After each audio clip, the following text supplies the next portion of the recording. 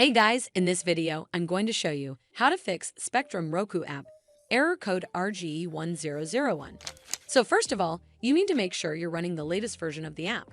Press the home button on your Roku remote, and then head over to the Spectrum app right over here. Once the app is highlighted, press the star button on your Roku remote to open the options menu.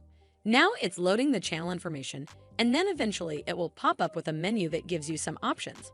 We're going to go up and click where it says check for updates to make sure you're running the latest version of the app. Once it's updated, check if it fixes the issue. But if you still encounter this issue, then you need to hard restart your Roku device. So the first step is to turn off your Roku device using the remote. Then unplug the power cable from the power outlet.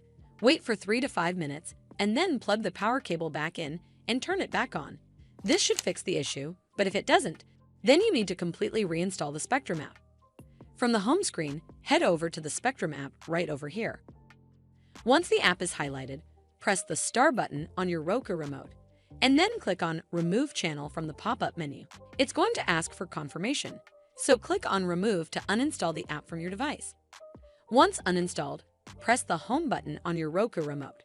From here, we're just going to use our remote and scroll down until we get to where it says Streaming Channels, and then click OK on your remote. Once you're on this screen, scroll down to Search Channels and type in the app name, and it will then show up right over here. Scroll over to the right, and then click OK on your remote. Then we're going to click OK on where it says Add Channel to install it back on your device. Hopefully, this will fix the issue, and if it did, then make sure you give it a thumbs up to see more videos like this, and don't forget to hit that subscribe button. We'll see you in the next one.